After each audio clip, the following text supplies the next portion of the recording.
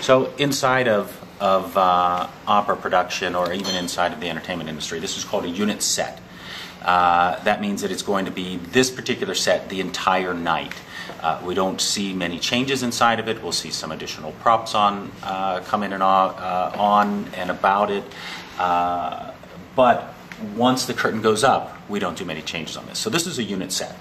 Inside of the unit set, we have a couple of different areas. We have what's called the forestage. You'll barely see right here the prompter's box. So we'll have the prompter's box, and there's going to be a ground cloth there. That's a heavy textured canvas piece of material that we put across the stage just so that it blends in as it goes upstage. As we move upstage, the stage becomes slightly raked. Now, a rake is a great thing to have in opera, and the reason that the rake is a great thing to have in opera is because it actually slowly lifts the voices above the person in front of you. And when you have that lift above them, it helps get the voices further out. As a matter of fact, the whole term "move upstage" or "move downstage" comes from ancient Europe, from older European houses, where the house is actually raked between 2.5 and 5 degrees. So if you come closer, you're actually coming down because you're going lower, and as you go up higher because of the rake. So rakes are really good for opera vocally.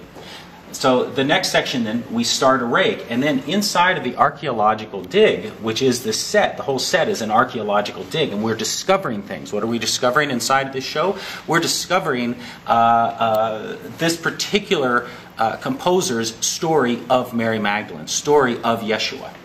As we move into this, we have a small house piece here. So we've already uncovered the part of a house inside of it. And what that allows the artist to do when you discover this particular outline and this foundation is it's creating a space to be able to move as a room. It can be the inner house, it can be the apartment, it can be the bedroom.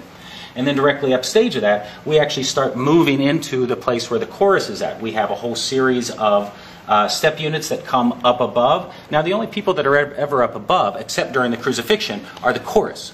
So the chorus will stay always up above, and the apostles and Yeshua, Miriam, Mary will come into this downstage area. And there are two different entrances that actually come through, little caverns. There's one on the stage right side, one on the upstage center, which is right up here. Additionally, there are two things, one of which you'll be able to see. One is a trap that goes down into and below the stage. So that particular area actually goes underneath the stage area and is used as the safe room in this particular production during and after the crucifixion. The other area is an area where Yeshua will appear as a ghost right behind this particular outlaying and foundation inside of this. Cool. On the upstage area, the cross, of course, in the whole story of Jesus, of Yeshua, the most important iconic image is the cross. So we went through some interesting, what's called a section view drawing. So ideally, where I'm sitting right here, we're approximately in our second balcony.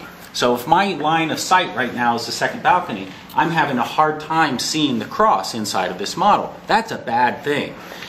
So what we did was, after the model was designed, we actually reduced the height of the set in collaboration with the director and the designer to make certain that that particular audience member has the ability to see the biggest iconic moment inside of the show. There are 3 or 4 different phases of how we create each design that comes through the San Francisco Opera. First and foremost, we start with a model, because spatially, how this particular production works is really, really important. And it also communicates color, it communicates texture, it communicates vocal qualities, as we had already talked about, that the rake is important inside of this particular scene, not just this scene, but the entire show, so that the voices come out. So the first thing we do is we present a model. Sometimes it's only a white model. And the first thing that the designers will send to me, even before they'll send it perhaps to a general director to get approval, is they'll send a white model to say, is this kind of the right scale that will work inside of the production? And then once I look at the white model and say, I think this will work, this may not, then we move on to this more advanced model with color.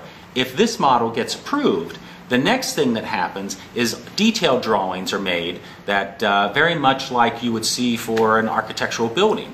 that come in that actually put this different scale, different size, different texture. Research material is sent to us, additional watercolor paintings are sent to us, and from that point then, the designer has handed over the product to us.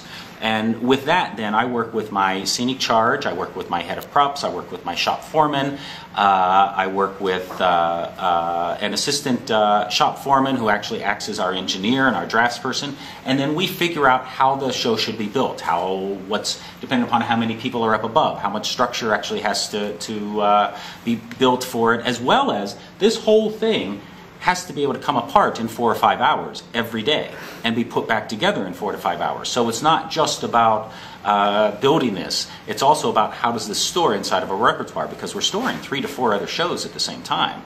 So it has to break apart in a way that allows us to put it back exactly the same every day. Mm-hmm.